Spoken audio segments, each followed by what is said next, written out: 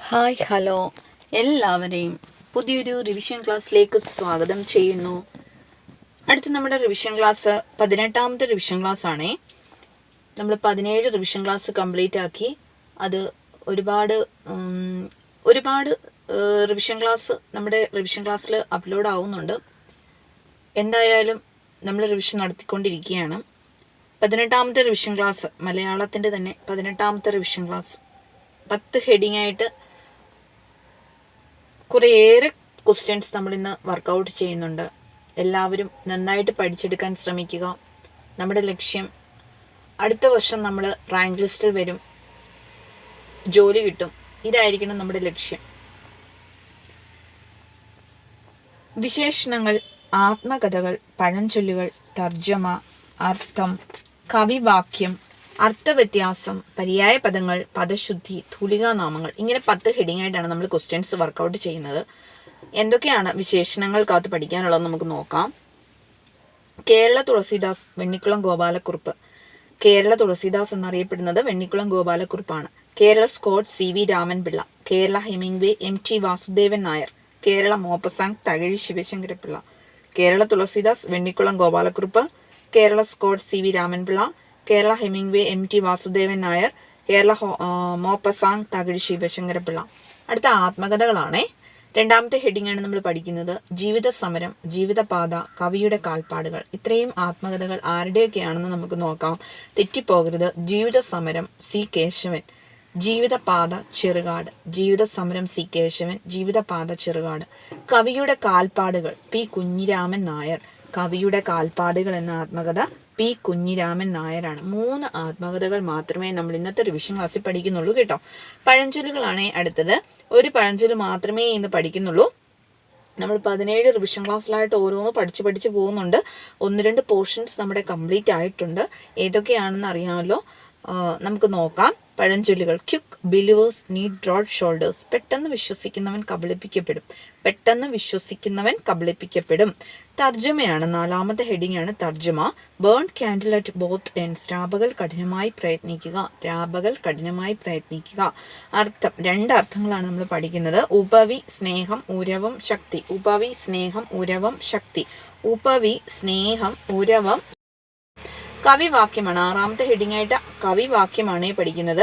അങ്കുശമില്ലാത്ത ചാബല്യമേ മഞ്ഞിലങ്കന എന്ന് വിളിക്കുന്നു നിന്നെ ഞാൻ.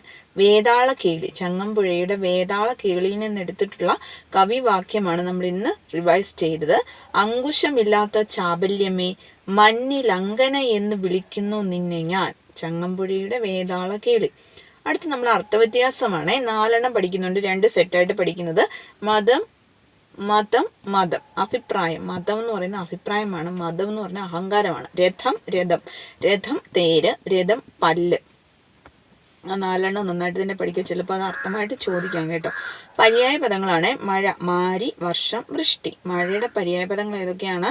മാരി, വർഷം, വൃഷ്ടി. മഴ, മാരി, വർഷം, വൃഷ്ടി. മുടി. കേശം, ചിഗുരം, ശിരോരുഹം, കബരി. കേശം, ചിഗുരം, ശിരോരുഹം, കബരി. വാൾ. അമ്പി, കൃപാണം, കരവാളം, ഖഡ്ഗം, കരവാളം. കരവാളം ഒക്കെ 2 പ്രാവശ്യം പറഞ്ഞിട്ടുണ്ട്. മഴ, മാരി, വർഷം, വൃഷ്ടി. മുടി, കേശം, ചിഗുരം, ശിരോരുഹം, കബരി. വാൾ, അസി, കൃപാണം, കരവാളം, ഖഡ്ഗം. വാൾ, അസി, കൃപാണം, കരവാളം, ഖഡ്ഗം. അടുത്ത പദശുദ്ധിയാണ്. ഭഗവത്ഗീത, ചെമപ്പ്, അസ്തമയം, പരീക്ഷാർത്ഥികൾ, അധിപതി, അസംയുക്തം. 6 പഠിച്ച് പദശുദ്ധികൾ 6 നമ്മളിന്ന് പഠിച്ചിട്ടുണ്ട്. തൂലികാനാമങ്ങൾ 3 പഠിക്കുന്നത്. Kakkanadan George Varghese. Kakkanadan George Varghese. Kakkanadan George Varghese. Cherukad P Govinda Pisharody. Cherukad P Govinda Pisharody.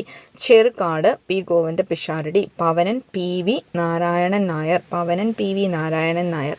അങ്ങനെ തന്നെ പഠിക്കണം കേട്ടോ. പവനൻ PV നാരായണൻ നായർ. അപ്പോൾ ഒരിക്കലും തെറ്റില്ല. ഓപ്ഷനകത്തും നമുക്ക് കിട്ടും. Kakkanadan George Varghese, Cherukad P Govinda Pisharody, Pavanan PV Narayanan Nair. 10 heading ആയിട്ട് നമുക്ക് പഠിക്കാനുള്ളത് 28 ക്വസ്റ്റ്യൻസ് ആണ്. നമ്മൾ എന്തൊക്കെയാണെന്ന് നോക്കാം. തൂലികാനാമങ്ങൾ 3 ഉണ്ട്.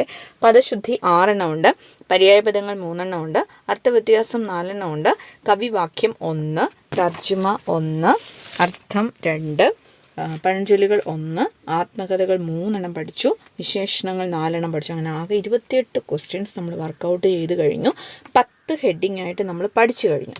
ഇനിയും 10 ഹെഡിങ് ആയിട്ട് നമ്മൾ ഓരോ പോർഷൻസ് തീർന്നു പോകുന്നുണ്ട്.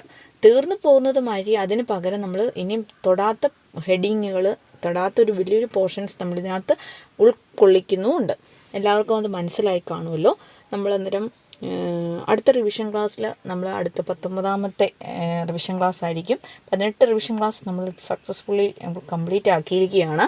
എത്രത്തോളം നിങ്ങൾക്ക് പ്രയോജനപ്രദമായി എന്നുള്ളതെന്ന് ചോദിച്ചാൽ ഡെയിലി പ്രാക്ടീസ് ചെയ്യുവാണെങ്കിൽ ഉറപ്പായിട്ടും അതിൻ്റെ ഫലമുണ്ടാകും. നമ്മളൊരു വലിയൊരു തീരുമാനമെടുത്ത് ഒരു രാത്രി കൊണ്ടൊന്നും അത് നമുക്ക് കയ്യിൽ വരാൻ അത്ര എളുപ്പമുള്ള കാര്യമല്ല. കാരണം അത്രയ്ക്ക് പ്രഷ്യസായ ഒരു കാര്യമാണ് ജോലി.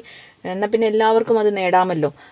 അതല്ല, ഓരോ ദിവസവും എല്ലാ ദിവസവും പ്രാക്ടീസ് ചെയ്ത് നമുക്ക് ഓട്ടോമാറ്റിക്കലി അത് നമ്മുടെ കയ്യിലെത്തും. അത് ചെയ്യണം. ഒരു 10 ദിവസം ചെയ്തു എനിക്ക് പറ്റുന്നില്ല എന്ന് പറഞ്ഞ് മാറ്റിയിട്ടിട്ട് പിന്നെ ഒരു മാസം കഴിഞ്ഞ് വീണ്ടും പഠിക്കാൻ പോയാൽ നമുക്കത് കിട്ടണമെന്നില്ല. അതുകൊണ്ട് സാഹചര്യങ്ങൾക്കനുസരിച്ച് അത് പഠിച്ചെടുക്കാൻ നമുക്ക് സ്വയം അത് കണ്ടെത്തി സമയം കണ്ടെത്തി തന്നെ നോട്ടൊക്കെ പ്രിപ്പയർ ചെയ്ത് റിവിഷൻ ക്ലാസ്സൊക്കെ അറ്റൻഡ് ചെയ്ത് കിട്ടാവുന്നിടത്തുനിന്നൊക്കെ നമുക്ക് നോട്ട്സൊക്കെ എടുക്കാം കേട്ടോ. റിവിഷൻ ക്ലാസ്സിൽ നിന്ന് തന്നെയല്ല, പല ഓപ്ഷൻസ് ഉണ്ടല്ലോ ഇപ്പം. അപ്പം നമുക്ക് പറ്റുന്ന രീതിയിലുള്ളതെല്ലാം നമ്മൾ ശേഖരിച്ച് വെച്ച് നന്നായിട്ട് പഠിച്ചെടുക്കുക.